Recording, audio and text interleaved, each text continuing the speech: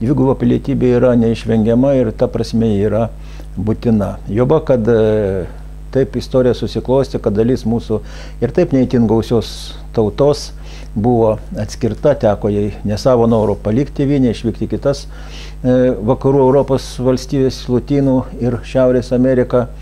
Ir matyti tiem žmonėms pilietybės klausimas yra ypač, kadangi dauguma yra jau senyvo amžiaus, yra esmingai svarbus. Ir aš vėlgi nematau nieko blogo, kad, tarkim, žmogus turėdamas Lietuvos pilietybę, jis kartu turėtų dar, tarkim, Jungtinės karalystės, arba, kaip dabar, sakant, yra beveik 500 000 lietuvių Airijoje, kad dar įsigytų ir Airijos pilietybę. Kur čia yra mūsų valstybei žala?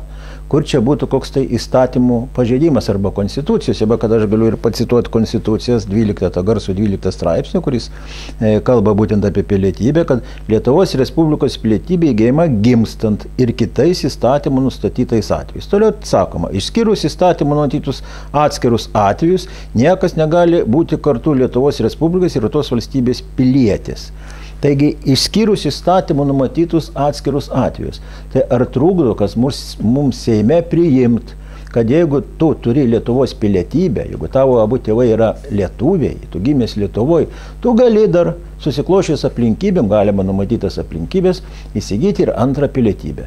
Pažiūrėkit, prisiminkit praėjusio amžiaus paskutinį dešimtmetį, kaip mes lengva ranka suteikėm pilietybę, tikrai nieko bendro su lietuvių tauta neturintys asmenims, išskyrus tai, kad jie čia atvyko į Lietuvą, atvyko dažniausiai kaip okupantai ir jie dabar, būdami ne lietuviai, ne vieno tėvų lietuvių neturėdami, turi Lietuvos valstybės pilietybę.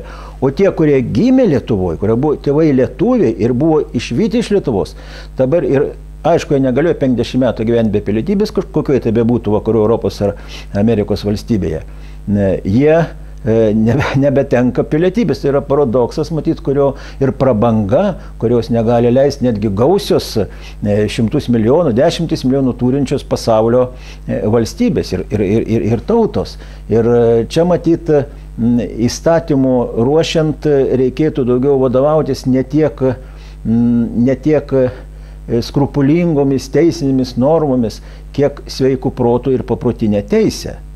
Taip, aš manau, kad visų pirma reikėtų pradžiai sutvarkyti tą įstatyminę bazę, kad nebūtų šitokių kazusų, kurie tikrai, kaip sakykime, dabar šią savaitę Jonui Mekui buvo suteikta išimties tvarka Lietuvos pilietybė ir jis gimė, augęs Lietuvoje, 22 metus čia gyvenęs, išvykęs į Jungtinės valstijas ir ten įsigyjė savaime suprantama tą pilietybę, dabar nelaikomas Lietuvos piliečių buvo ir tik prisiekęs, reiškia, dabar tapo Lietuvos piliečių. Tai yra nenormalus dalykas, jis turi būti keičiamas ir aš manau, kad vėlgi tas 12 straipsnis ir sako, išskyrus įstatymų numatytus atskirus atvejus. Tai klausimas labai paprastas ir savo aš keliu ir kitiems Seimo nariams. O kas mums trukdo Seime sukurti įstatymą, kur būtų numatyti tie atskiri atvejai. Kiek žinau, Kubilius liktai yra ir užregistravęs. Ten tiesa yra matyti ir diskutuotinų vietų ir ten reikia keisti kai ką, bet pats faktas, kad mes įstatymiškai turim teisę ir ta teisė mums suteikia konstitucija, šitą reikalą sutvarkyti yra neabejotinas. Tik reikalingas geras noras ir atsikratymas kažkokiu tai baimių.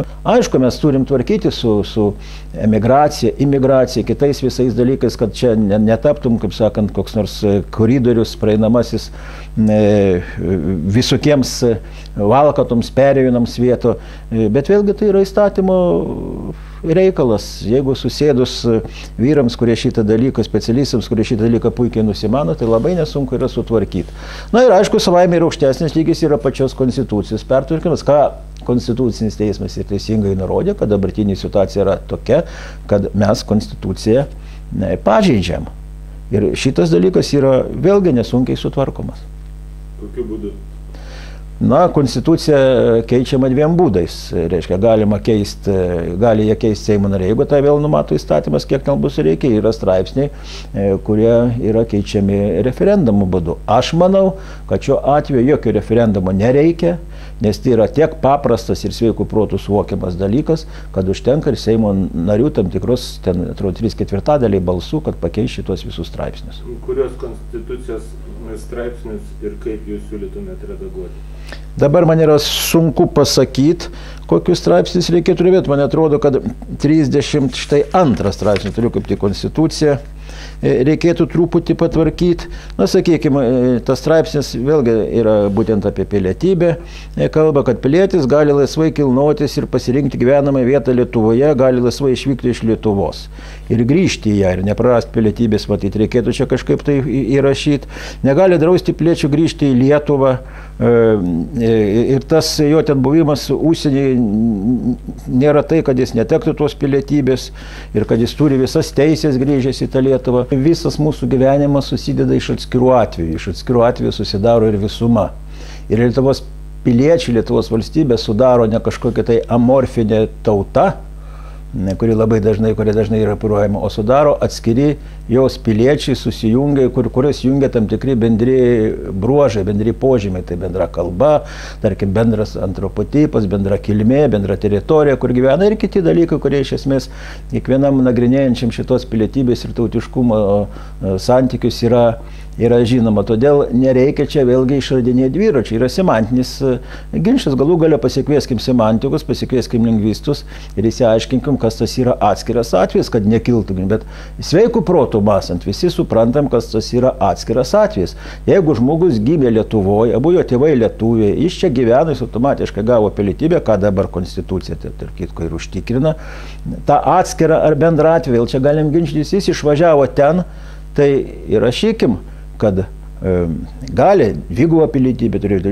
Yra valstybė, kurios pripažįsta apskritai, kiek tų pilietybė turi. Yra žmonių, kurie važinėja po pasaulį su 3-4 pasais ir nieko nuo to žalos nėra. Galbūt čia yra atskiras atvejis, kad žmogus 3-4 valstybėse aktyvus, koks nors profesorius, menininkas, mokslininkas, verslininkas, turi tų pasų daugiau. Na, tai būtų galbūt atskiras atvejis. Bet antra pilietybė žmogui yra kaip antra santuoka, mes kurios nedraudžiam.